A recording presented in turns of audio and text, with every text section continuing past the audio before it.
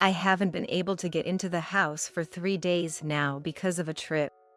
When I visited my son and his wife's house on a snowy day, I found my 4-year-old granddaughter sitting at the front door. When I asked, "Where are your mom and dad?" she had blue lips from the cold. Leaving a small child outside in such heavy snow to go on a trip, what were they thinking? I decided to find out what was going on with my son and his wife, shaking with anger. Then, I discovered something unbelievable. I will never forgive them. I decided to take matters into my own hands and punish them in a way only I could. I may have made mistakes in raising my child. Watching my son, John, I always regretted certain things. After being widowed in my 30s when my husband passed away from illness, I raised my son, now 34, by myself until he finally married and started his own family.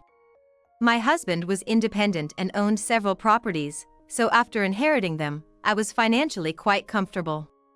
I didn't want John to feel pitied for not having a father, so I gave him whatever he wanted whenever he wanted it. I never made him help with chores or meal preparations. I did everything myself. This may have been where I went wrong. Because of this, he lived at home until he married and was completely clueless about housework and even a bit off with his sense of money, having always been spoiled by me. The woman my son brought home as his wife was Sarah, a woman 10 years his junior. She seemed to have worked in nightlife before, judging by her flashy belongings and clothes. And from what I could see, I didn't get the feeling that Sarah truly loved my son. "John! Are you sure about this young lady? Are you sure you're not being deceived?" After she left, I couldn't help but express my worries to my son. "No way. It's all good. But I'm worried. Maybe you should reconsider." "Mom! Sarah's had a tough life, okay? She's got a good heart." "Is that so?" But still.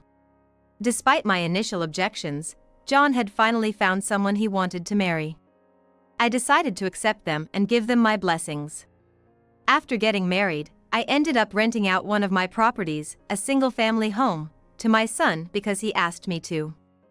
I'll definitely pay the rent of $1,000 every month, you know. I was briefly happy, thinking that John had started to take financial matters seriously. But then, the due date came and went without any rent being paid by my son and his wife. Maybe they just forgot to transfer it? I decided to subtly ask my son about it.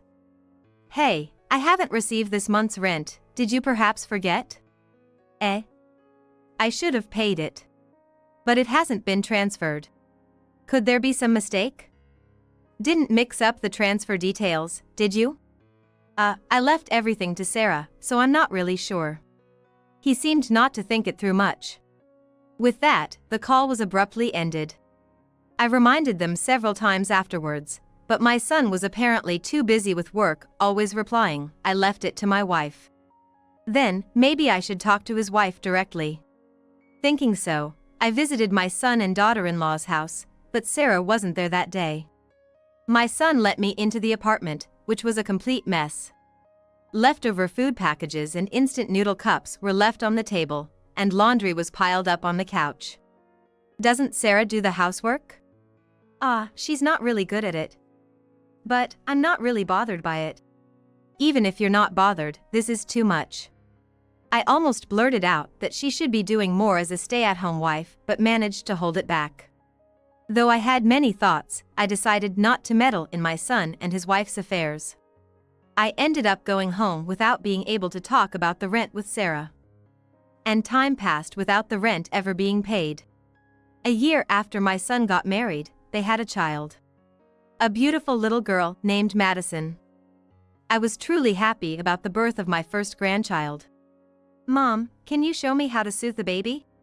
She hardly stops crying when I hold her. "Also, do you have any recipes for quick and easy meals?"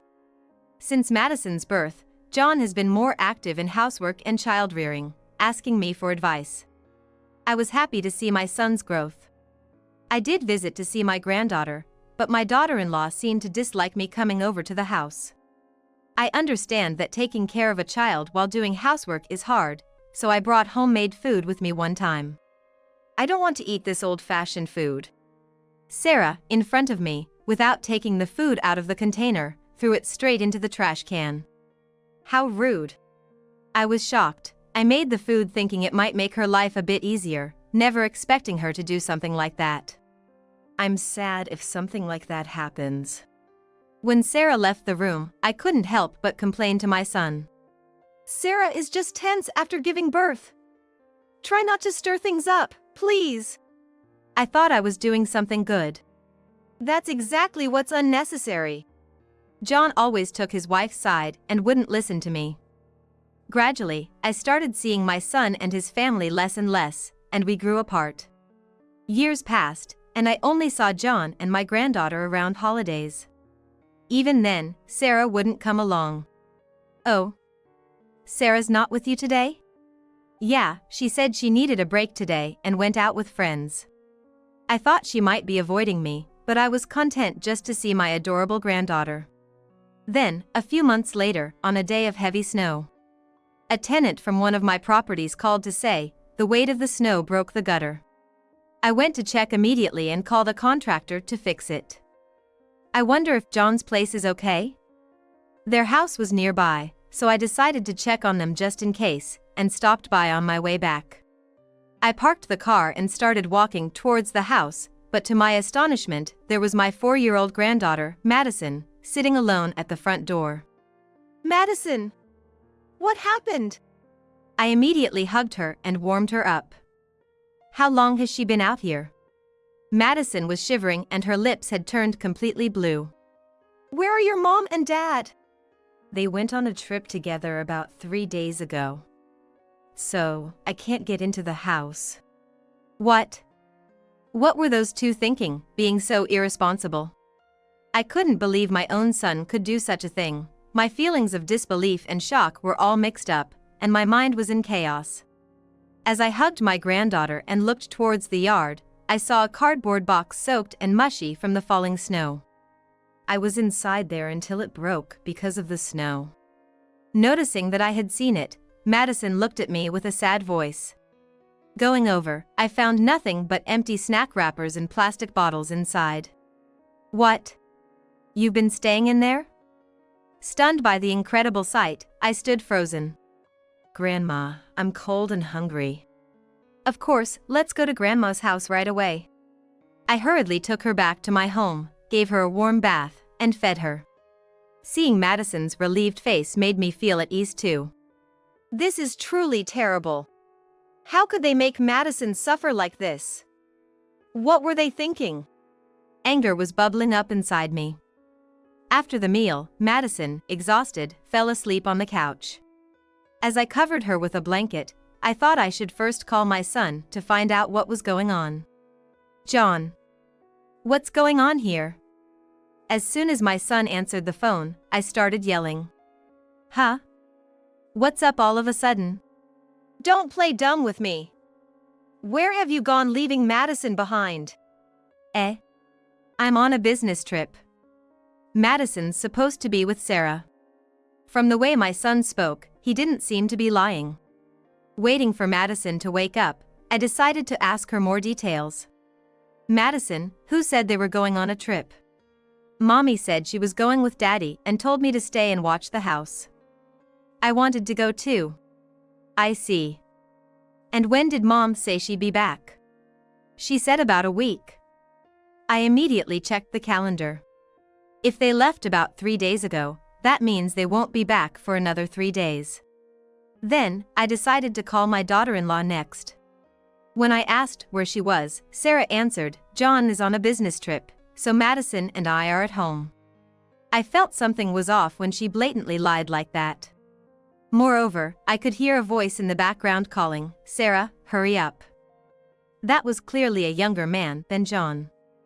Perhaps realizing something was amiss, she abruptly hung up without saying anything. The thought crossed my mind that she might have left Madison behind to meet someone else. If that's true, I will never forgive her. Furious, I grabbed my smartphone again. A week later, I was at my son's house, waiting with everything set up. That's strange, why is it unlocked? Sarah seemed surprised that the door was unlocked and cautiously entered the house. Ah. And then she screamed as soon as she saw my figure from behind. It's me, Sarah. Eh? Oh, Mom? Why are you entering people's houses without permission? Regaining her composure, she started yelling at me. What about all the stuff that was here? Eh? Why? Sarah started to panic when she noticed that the room's belongings were gone. I had to do some major cleaning in the room. What do you mean? Did you do this? She confronted me furiously. I didn't answer her question and instead pushed her away. By the way, Sarah. Where have you been all this time? And where is Madison? She looked bewildered and started to panic. Eh? That is. She seemed to have forgotten that she had left her daughter at the front door. However, the next moment, Sarah brazenly changed her tone. Just went out shopping briefly. Madison is at a friend's house. Shopping, huh? That's quite a large bag for shopping. Looks more like you've been on a trip. Oh, that's right. John and I went on a trip. Her story kept changing. Well, time to start the attack, shall we? I confronted Sarah with a photo. Oh. Didn't you say in our last call that John was on a business trip? Were you actually on a cheating getaway with this man? She, surprised by the photo, covered her mouth with her hand. Who is that? I don't know him. She feigned ignorance, but her evasive eyes made it clear she was lying. It seems you were quite infatuated with this man, weren't you? No, that's, well. Sarah showed a moment of panic, but then quickly became angry. Don't you go snooping around on me. She lashed out at me again. But then, the living room door opened. Explain this to me. And then my son walked in. I had called him. After I talked about punishing Sarah, John had been doing some thinking and said he wanted to join in. Madison was left with a friend, and my son had been waiting in the next room for his wife to return. You. Weren't you supposed to come back tomorrow because your trip got extended? Thinking she was caught, Sarah began to fidget, muttering to herself. This can't be happening. In fact, when I had called John in anger that snowy day, he really was on a business trip. However, I couldn't believe it right away. But after seeing Madison like that, I couldn't calm down and was furious.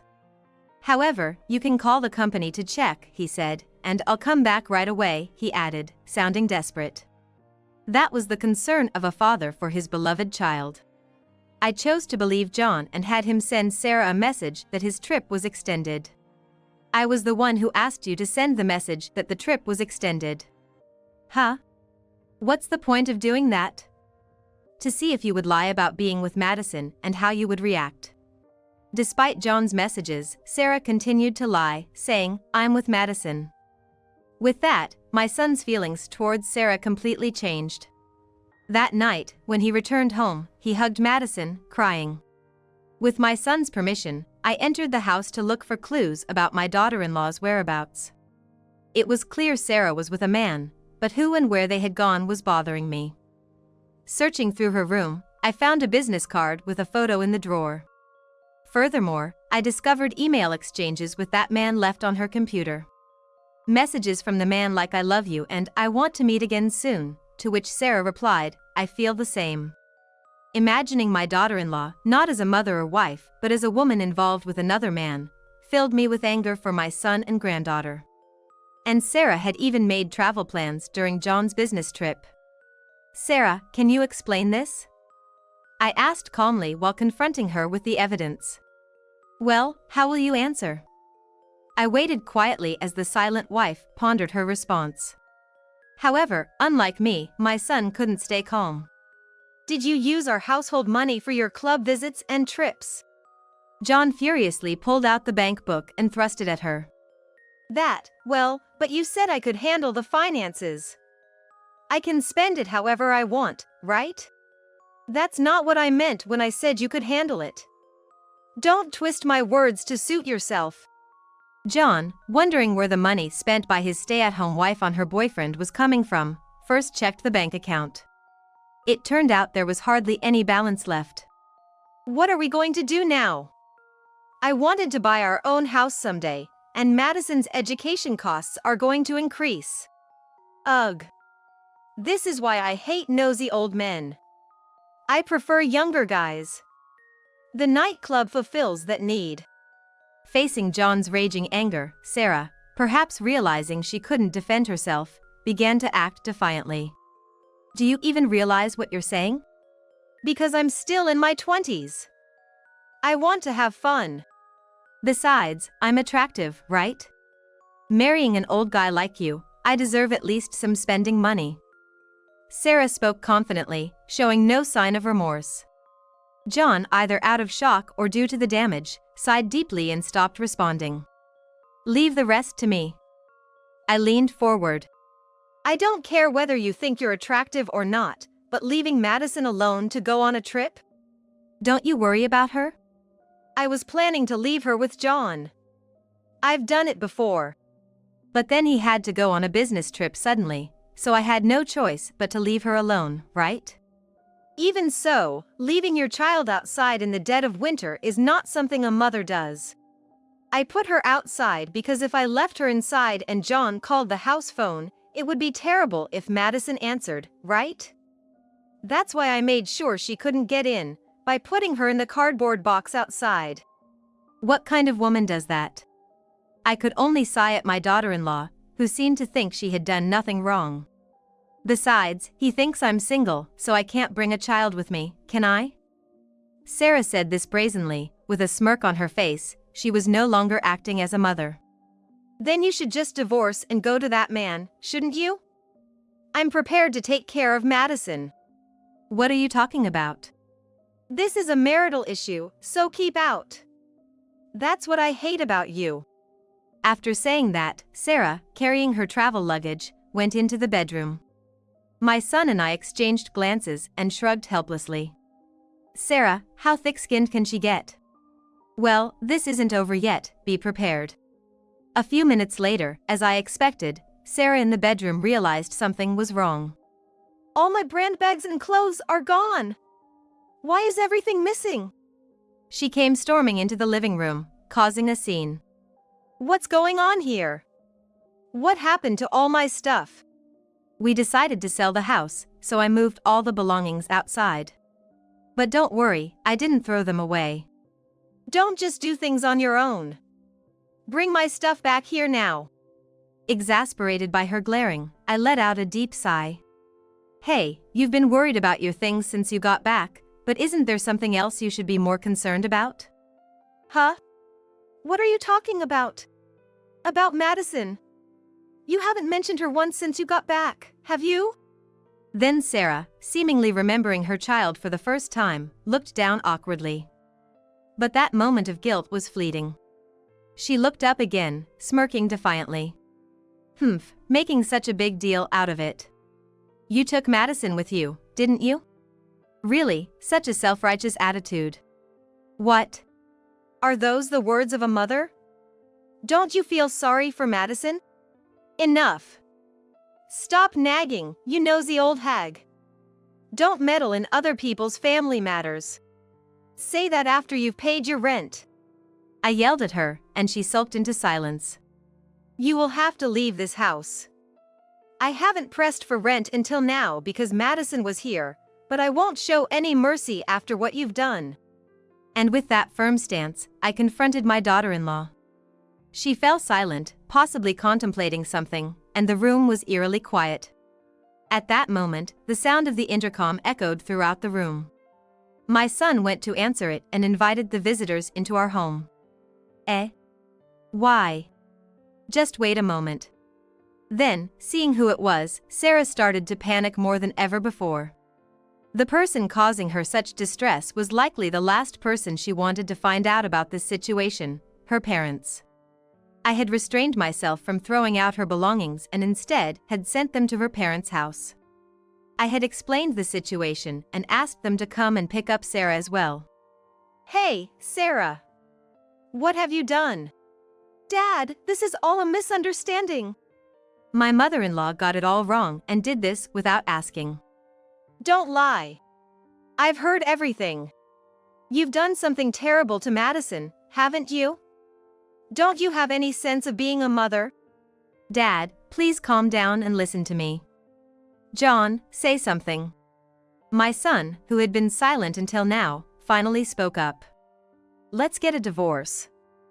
I'll take care of Madison, and I'll be asking for alimony and child support.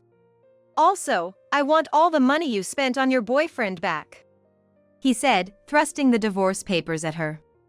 Sarah, in a panic, tried to retort, but before she could, I spoke up. You've misused the rent money for the past 5 years, haven't you? The rent that John handed over to you. You are responsible for paying it all back in one lump sum. I don't want a divorce. I don't want to leave this place. What will I do if I have nowhere to live? Please help me, Mom. Why don't you live in a cardboard box in the snow? I can't do that. It's cold and impossible. Sarah, crying, clung to me. But there was no room for sympathy for this daughter-in-law. Madison endured alone, shivering in the snow. If I hadn't been there, who knows what could have happened?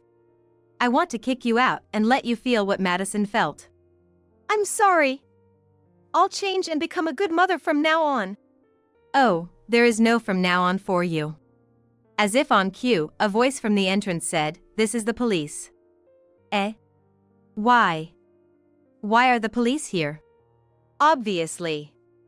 Because of what you did to Madison. At that, she fell silent and collapsed in tears. My son and I dragged her out of the house and handed her over to the police. Later, my son and his wife officially divorced, and he gained custody of Madison. He claimed $40,000 in damages for her infidelity, $600 monthly for child support, and $60,000 for the savings she had squandered. I also demanded $60,000 from Sarah for 5 years of unpaid rent. With no job since she had been relying on my son's salary, she had no savings and had to borrow $160,000 from her parents to pay off her debts.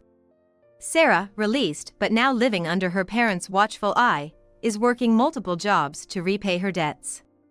Naturally, with no money left, the host distanced himself from her. My son and granddaughter have moved into my house, and we've started a new life together. I plan to watch over my son as he steps up as a father and to dote on my granddaughter, making up for the time we couldn't spend together.